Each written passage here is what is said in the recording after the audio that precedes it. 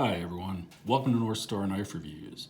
Today we are taking a look at a knife from Ruike, and it is ready to make it. This is the P105-K, and as you can see it says it's in pale blue. There is also a brighter blue option on this. We'll take a look at that in a second. Now, this is packaged like the original Ruike knives that I've got. I probably have about 10 or 12 Ruike knives, but I don't think I've bought one in 2 to 3 years. All of them that I bought, and I actually really like them, but all of them that I've purchased have been from the very first year and a half or so that they were around. And they are an imprint of Phoenix flashlights. So, but I really like them. And at the time, they came out in this type of packaging. And I do have one other one, I believe, that's in packaging similar to this. But the later ones come out in just a much more simple cardboard box. You've got, the information about it. You've got the little warranty card, and then you have the knife. It's got a little foam rubber insert here, and this is the P105-K, also I believe called the Fang, and you can see why once I open it. The closed length on this is going to be 4 3/4 or so inches. Take a look at the outside. You can see it's got the two-color layered G10 black, and then this pale blue. The other one has a much brighter blue in it, so if that's what you prefer. These are running right now. I checked on Amazon just because that's probably the most available to everybody. They're running about $37, and I believe it's a bit more than I paid for it back a few years ago. So I bought it, I believe, early 2019.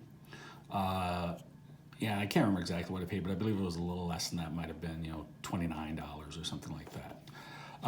The pocket clip, let's see.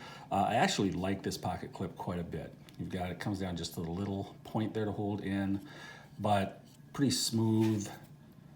Nothing, coming up into your palm to create a hot spot, and so that feels really good.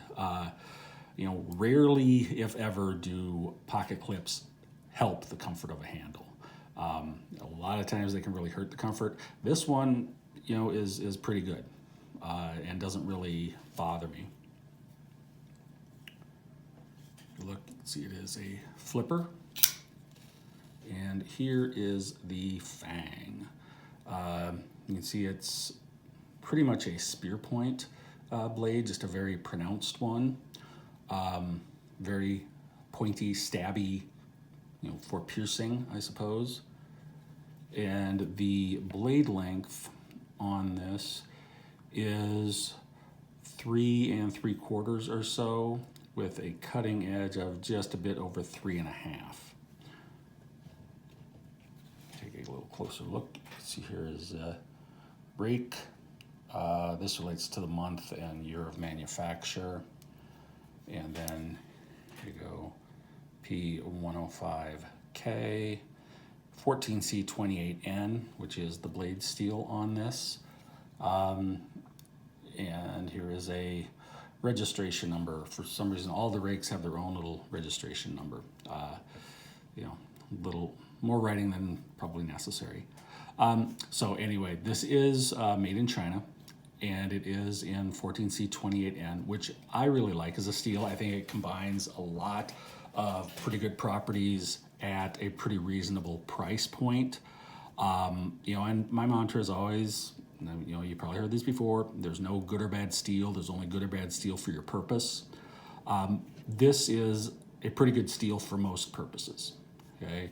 It's going to be fairly easy to maintain, corrosion resistant, but it's also going to have reasonably good edge holding ability, and relatively tough for a stainless steel. That's one of the advantages that carbon steel often has, is the extra toughness. 14C28N is a fairly tough steel, so if you need something where you're worried about chipping or something, this is maybe one you want to look into, because it's not likely to chip very easily, at least. As I said, I really like these rake knives.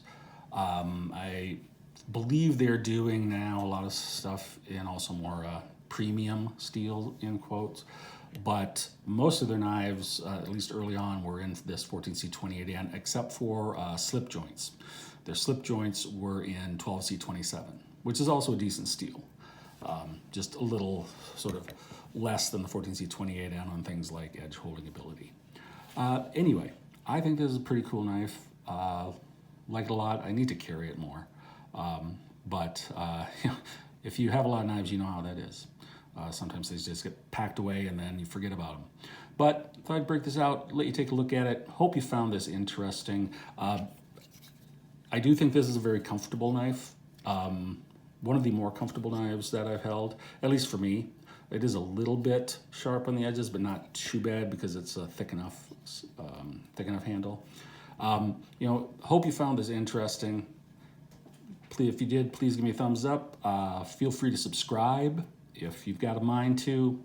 Y'all have a good day, and I will catch you next time.